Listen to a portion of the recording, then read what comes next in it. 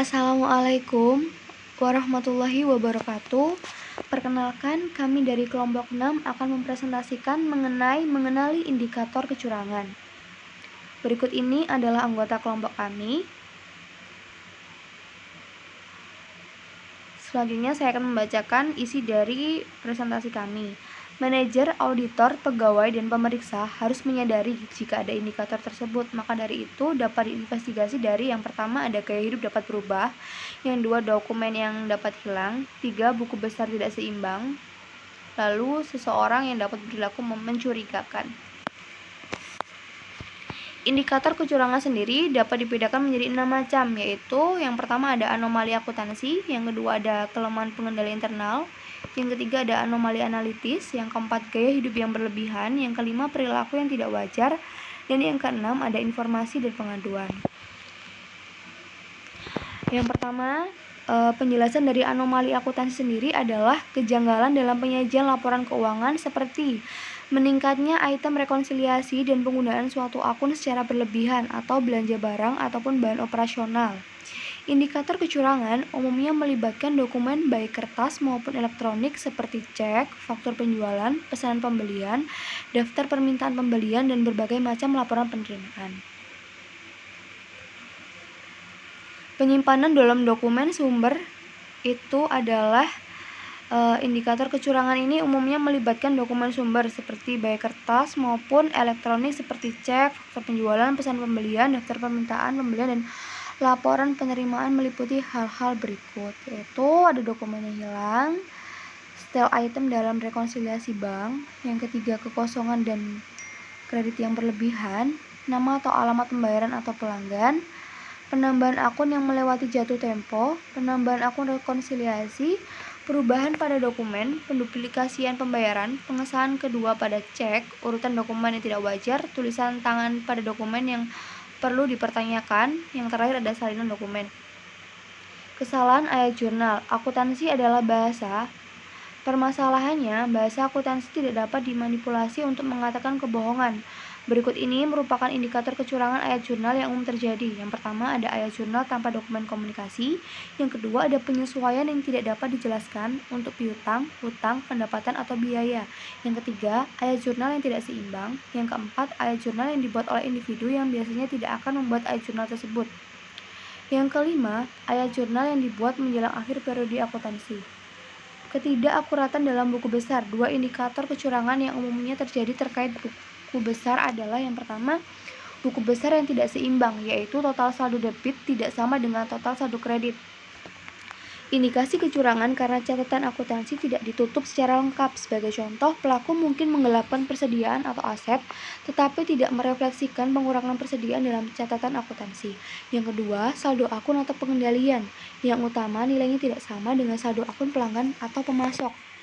Indikator buku besar kedua adalah indikasi manipulasi saldo akun pelanggan atau pemasok tanpa mengganti akun piutang atau utang yang utama dalam buku besar, seperti yang telah dibahas sebelumnya. Yang kedua ada kelemahan pengendalian internal.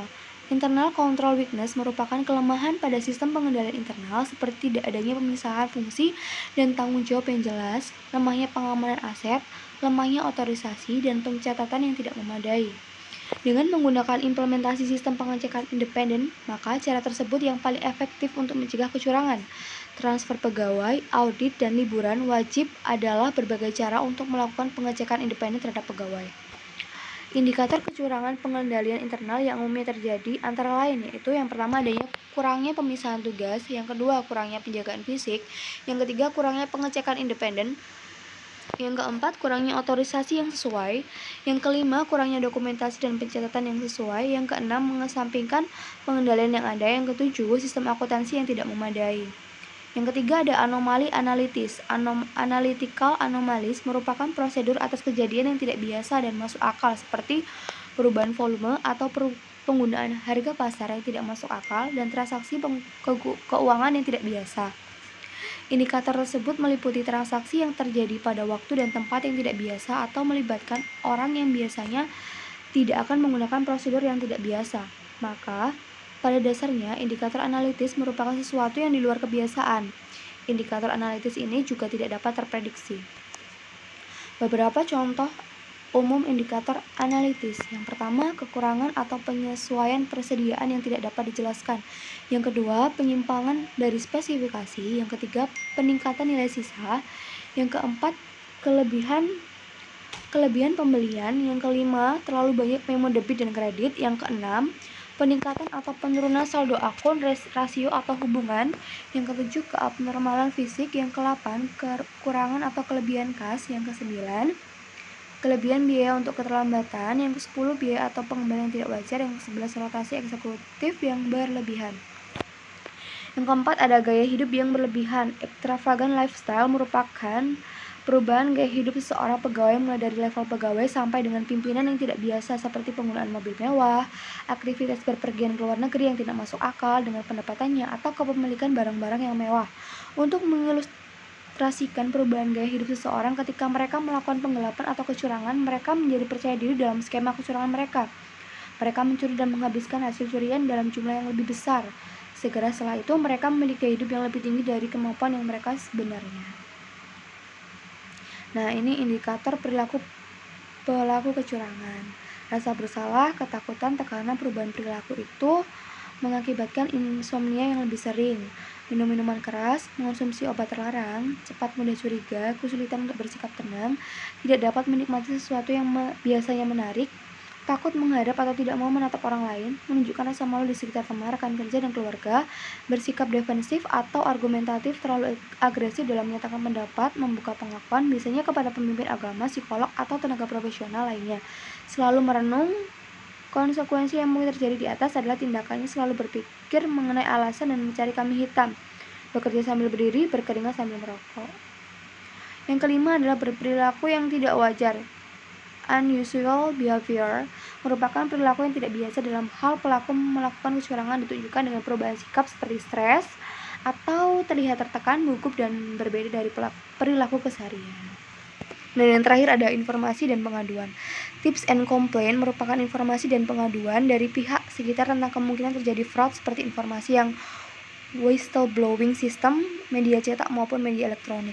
Kapanpun informasi atau pengaduan harus diterima, mereka harus diperlakukan dengan hati-hati dan dipertimbangkan hanya sebagai indikator kecurangan. Individu seharusnya selalu dianggap tak bersalah hingga benar-benar terbukti bersalah dan tidak boleh dicurigai atau dituduh secara tidak adil. Ada beberapa alasan mengapa orang menjadi ragu untuk mengungkapkan informasi adanya kecurangan. Alasan-alasan tersebut antara lain, yang pertama, biasanya tidak mungkin mengetahui dengan pasti bahwa kecurangan itu telah terjadi. Yang kedua, mereka merasa takut terjadi pembalasan dendam karena menjadi whistleblower. Yang ketiga, mereka sering terintimidasi oleh pelaku. Yang keempat, mereka sering berpikir bahwa menuduh seseorang tidak dibenarkan. Yang kelima, tidak mudah untuk memberikan informasi dalam banyak organisasi. Kecurangan dapat dideteksi dari 3 elemen, yaitu tindakan pencurian, mengambil kas persediaan, aset, informasi, dan lainnya. Yang kedua, penyembunyian, seperti catatan diubah atau kesalahan menghitung. Yang ketiga, konversi atau perubahan gaya hidup. Terima kasih. Sekian presentasi dari kelompok kami. Apabila ada salahnya, kami mohon maaf. Wassalamualaikum warahmatullahi wabarakatuh.